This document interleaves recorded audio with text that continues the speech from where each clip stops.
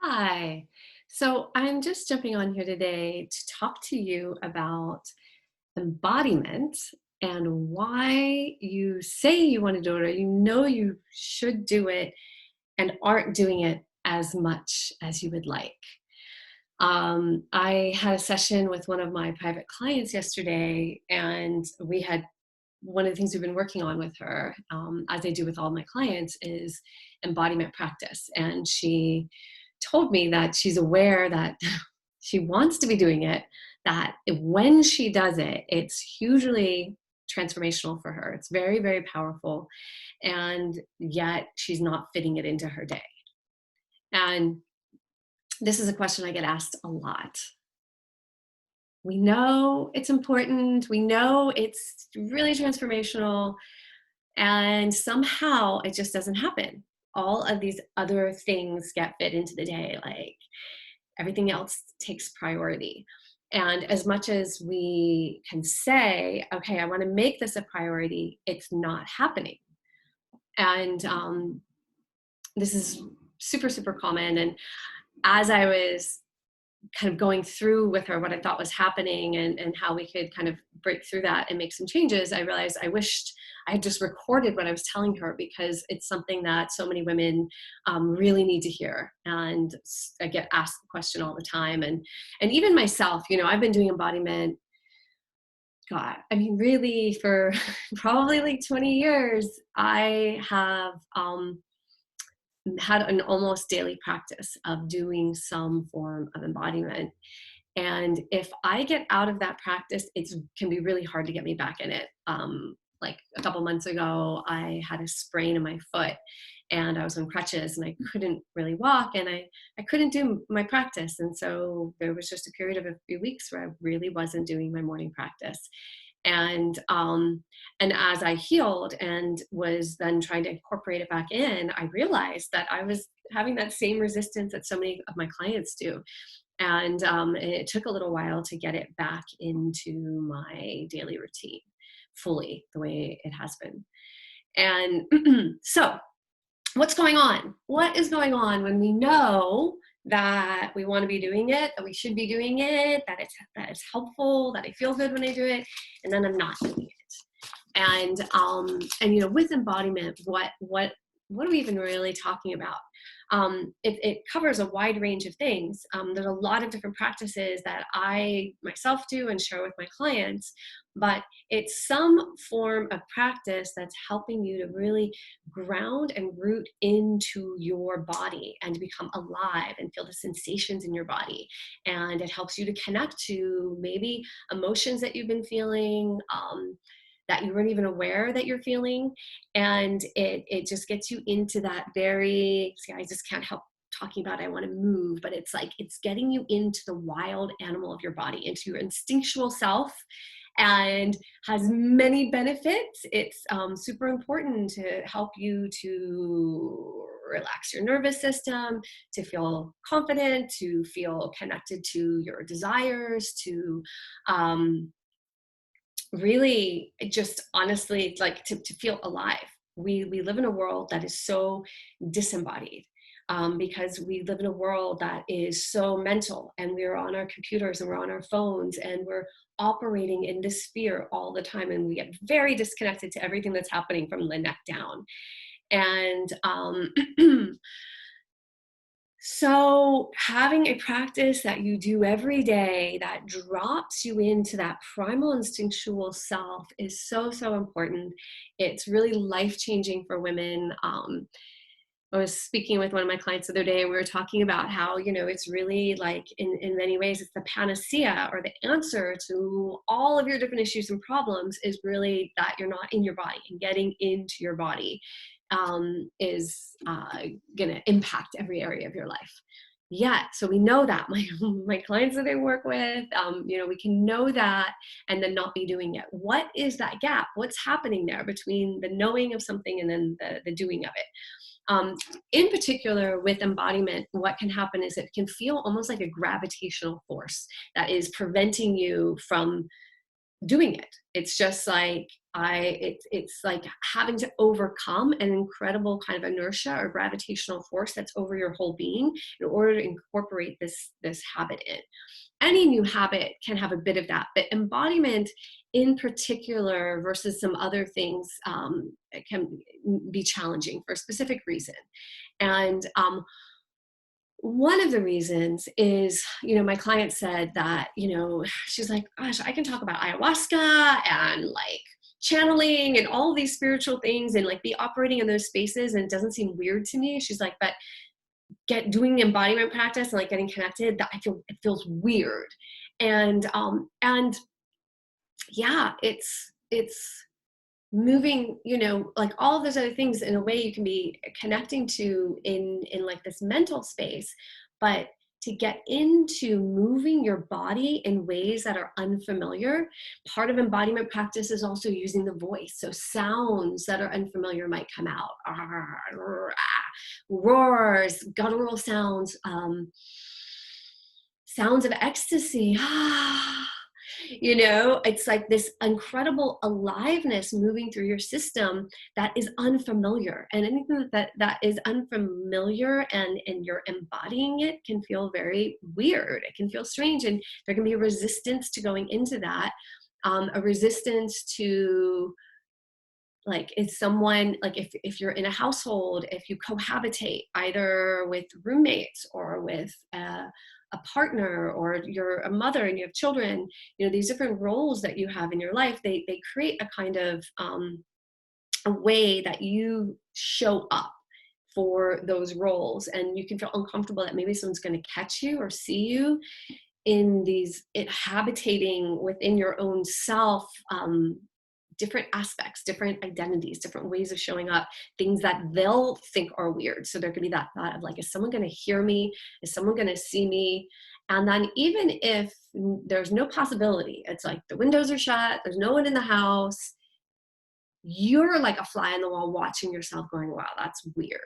Like there's some way that you can project an observer on to these parts of self that just seem weird and unfamiliar to you. Because you have created a sense of identity that is comfortable for your ego, like this is who I am, and then in particular you show up in those ways for the people, like I'm a mother, I'm a wife, I'm a lawyer, a doctor, and there's some sense of how that person is habitating their body and their being, and there's a rigidity in that identity. Not only that, the actual physical space that you're living in will have a kind of a matrix in it that wants to keep you in that identity, and that can almost feel like there can be a denseness to that matrix of that subtle matrix that is encoded in your space, that has you wanting to stay in that identity. And there's like, it's like you kind of are having to break through that as you practice daily. Your space energetically will actually like start to the rigidity or the stiffness of that will open up and start to get used to you being that, and you just get used to embodying these different parts of yourself. um, One of the biggest blocks really is that when you get into your body, your instinctual self comes alive. And as you're in your instinctual self, kind of the point of doing the embodiment practice is that will bleed over into your day outside the practice. So if you do 20 minutes of embodiment, that can impact your whole day. The rest of the day, you will be more connected to your instinctual self, to your embodied wisdom, to the wisdom that's in your womb, in your gut, in your heart, in your pussy. Like all of that will be more online. It's like you've plugged in, you've gotten yourself online. And that is why we do it. It's a tremendous resource for you to be able to feel connected to that womb intelligence, to the heart intelligence, to your gut instincts, to feeling your big yes and your big no. And that projects into your presence and how other people get to experience you. But it's something that is a great gift for your confidence, for your instincts or intuition. But at the same time as it's a gift, we have a lot of fear of that because it has you connected to your truth, to your instinctual, intuitive truth on a very deep level. And when we're not in our body, we can do all sorts of things that are unpleasant for us or don't feel authentic, aligned, or true to us because we're kind of numb to the sensation, to the impact it's having on us. That's very often why we come out of the body, is we've had to endure circumstances that felt so out of alignment or uncomfortable, and we usually got used to that at a very young age, that we just then get comfortable. Like, I'm just going to kind of live up here, and then I can strategize and think and make decisions on everything up here, and not really be in that place where we're being so primarily instinctually impacted. So it's a great thing to be connected to that. However, if there's a lot of fear that can come up, because if I'm connected to that, what in my life am I doing that I might not be able to endure anymore? Or what truth might come up? What truth might I speak? Or I might feel the discomfort of certain things in my life. When I think of this client in particular that I was working with recently, where we had this conversation, she is working, doing some part-time work that is really unpleasant for her, that she does not enjoy. She knows it's not her true calling. And while she is also doing things that are her calling, in order to make money, she's doing this job as well, so to get some additional income. She's also in a relationship that is no longer aligned, and she's been coming to the truth of that and having to make a decision to shift that. So it's no wonder that there's a lot of resistance to doing the embodiment practice, because it's like, I cannot tell a lie. I cannot pretend when I'm in my body. When I'm out of my body, I can kind of go along. But when I'm down there in my body, I'm going to feel it. Now, if that's you, if you've got fear, and those are just two examples, right? A relationship or a job that it's like, okay, something needs to change here, and I'm afraid to change it, so I'm just going to kind of stay in this like static place. We have to trust that when we come into our body and we're connected to our true instinctual self, we're also connected deeply to our power, to our magnetism, and our ability to really catalyze the shift we want. And so it can be really helpful to weave into your embodiment practice connection to what it is that you do desire. What is it that I want to, like, I want, what kind of work do I want to be spending my days with? What kind of relationship do I want to be in? What do I desire? And let me get connected to that. And when I'm connected to that desire and I'm in my body, I'm going to be able to catalyze that into my experience externally much more quickly. If you want to stay in like a kind of limbo and stay in something that you're not comfortable with, then yeah, maybe don't do embodiment practice. But if you're ready for change, if you're ready to really get connected to what your true desire is and to actualize and magnetize and catalyze that desire, then you want to do your embodiment practice. But it's going to take a certain level of commitment to saying, I'm just gonna show up, even though I'm feeling this gravitational pull, this kind of resistance to doing it. I'm going to lay out my mat, and I'm going to commit to at least getting on there and doing 10 minutes every day. And as that becomes familiar to your being, it will become easier and easier. It's just like brushing your teeth or anything else, and you will feel. Women that work with me and they start doing it regularly really feel when it's missing. Once they start to really get it in there, it's like, oh gosh, like this, it's, my day feels off because I didn't do it. So one of the other things, so one is like the feeling weird and having to break up old patterns. Two is the discomfort of stepping into like what your deeper truth may be, and like that might change things in your life. Like these are two of the main resistances. One of the third ones is really just like, I kind of know the practices, but I'm not sure where to start, and it may feel too overwhelming. And so that's one place that I really help women with. And one of the things I would say is, just commit to some certain structure. So it's like having a certain place that you do it, every day, ideally having a certain time of day, and then like laying out. I say like generally like a yoga mat is a great thing, but you definitely don't need a yoga mat, but it's like kind of laying out the mat and then having a particular structure as a starting point. And so you could use something like a particular yoga move or a sun salutation or a certain series of movements that are something that are structured, that you can drop into, and then from there you go into what some people call nonlinear movement, right? So you bring in like a structured movement that just gives you at least something to hold on to, because it can feel too much to be like, I'm just going to move and dance and feel whatever my body feels.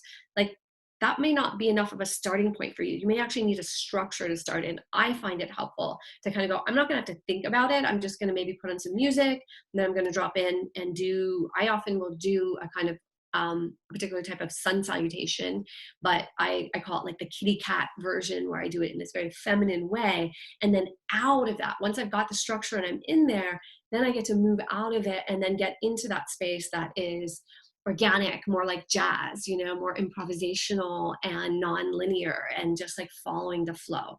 But having something that's structured to begin with can be helpful. If you're just, it can feel overwhelming to be like, I'm just going to drop into some kind of non-structured thing to just feel what I'm feeling. That little bit of structure can be really helpful. So these are a few of the things. There's much more I could say about it, but I just wanted to give you a little insight into A, if you're having resistance, you're not alone. This is very common. And B, some things to look at, and some ways that you can help yourself to get that embodiment practice happening, because it is life changing. Literally, the women that I work with reflect back when they start doing it.